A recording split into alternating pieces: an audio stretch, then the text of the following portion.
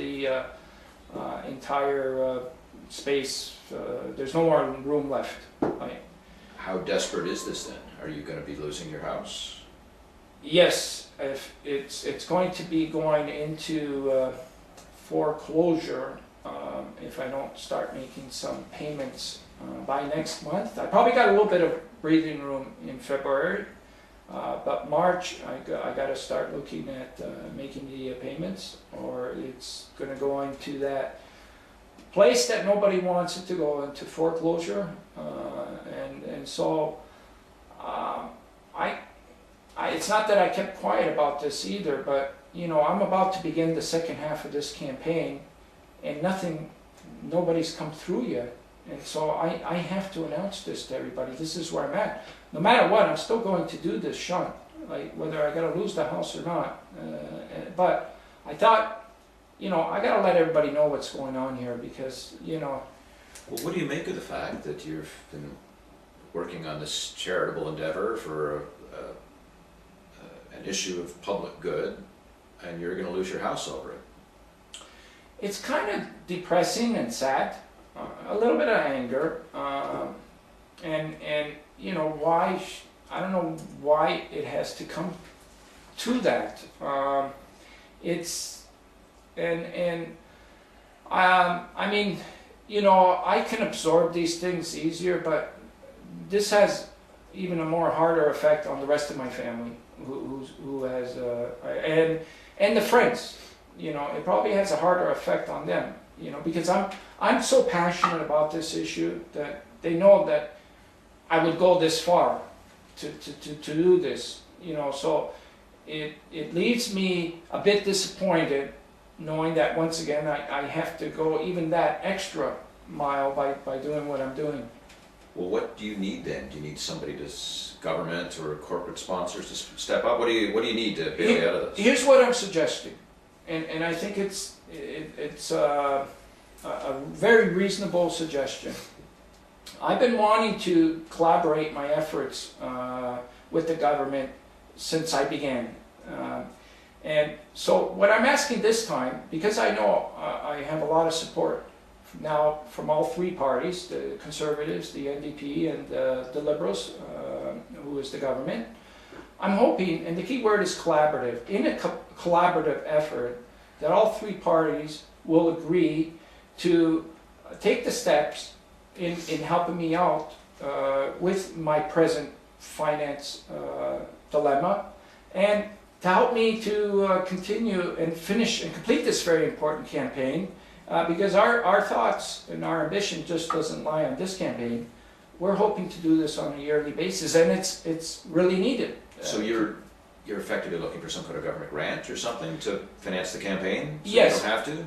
Yes, we're looking for an agreement from all three parties, because a government grant, for some reason, I've always, you know, the weight, the rejection, you know, so right now I need help. Like, I need help now, you know. And so I'm looking for them, the three-party leaders or members, or the Premier himself, or if we are doing such great work, then help us. We need some help. You know what? I need the cavalry to come in now. You know. Have you thought about maybe getting some professional help, fundraising help for your organization? Because people do this kind of thing. Yeah, but you know how that works, and anybody will tell you this in the charity business. You got to have money to make money. You know, nobody's going to come on and say, okay, yeah, well, we're going to, you know, you're going to have to put up a lot of money up front to hire these guys and to have all the, you know. So in order, how these charities, most of them are making it, they already have the money to fund these operations. You know, we don't have no money. I'm going to Hamilton on Friday, and I don't even have a car to drive. I have to pro bono Greyhound, so that they'll give me a free ticket to get on the bus. That's where I'm at. What was I going to ask? Are you the only full-time employee? Or? More or less. You don't get paid? No, I don't get paid. I haven't received a penny from this organization since it started. As a matter of fact, the organization owes me all kinds. But I don't want to dismiss, you know, we did a lot of great things step by step in the past 10 years, and it was a result of many people that seen what I seen and believed in the vision and helped out in their own way. And so there's a lot of people that were part, you know, but I'm the guy that does everything. So, So how much are you in debt, and how much do you need to get through this program and not lose your house? I need $50,000. That's how much I'm in debt.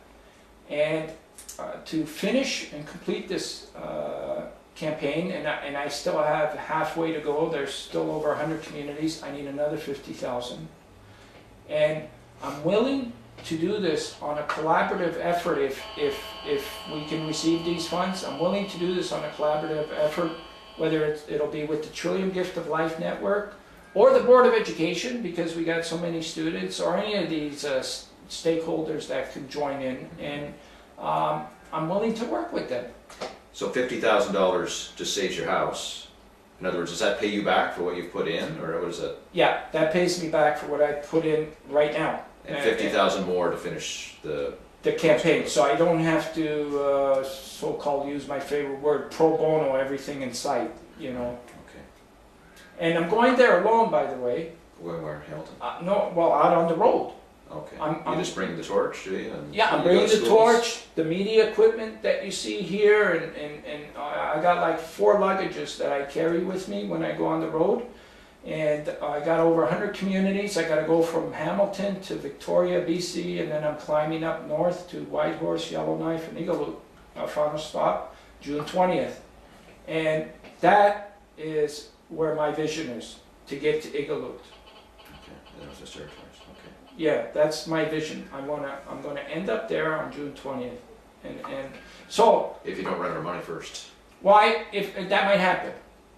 That might happen, and you know, it might happen. I hope it doesn't. I'm not some crazy guy going, you know, and it just, I believe in this so much, and I know that what we can do here, it feels like it's just around the corner. Those 4,000 people that are right now in that hospital, they can't do anything. They can't move. They can't go out and you know, they can't do anything. And I know that this cure, or to address this problem, is just around the corner. I feel that every day, Sean. So I can't leave this. Okay, just sit here. Just sit a couple shots. Let's talking here. Yeah, Now you you want to go a little bit.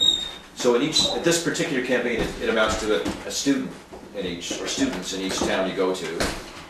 What do they run with the torch or something? Or Yeah, they. So we are. Well, sorry. Just for cover shots. Yeah, I was just going to show you some of the pictures. Just explain what it is that they. Well, as I mentioned, we're working with many schools across the country.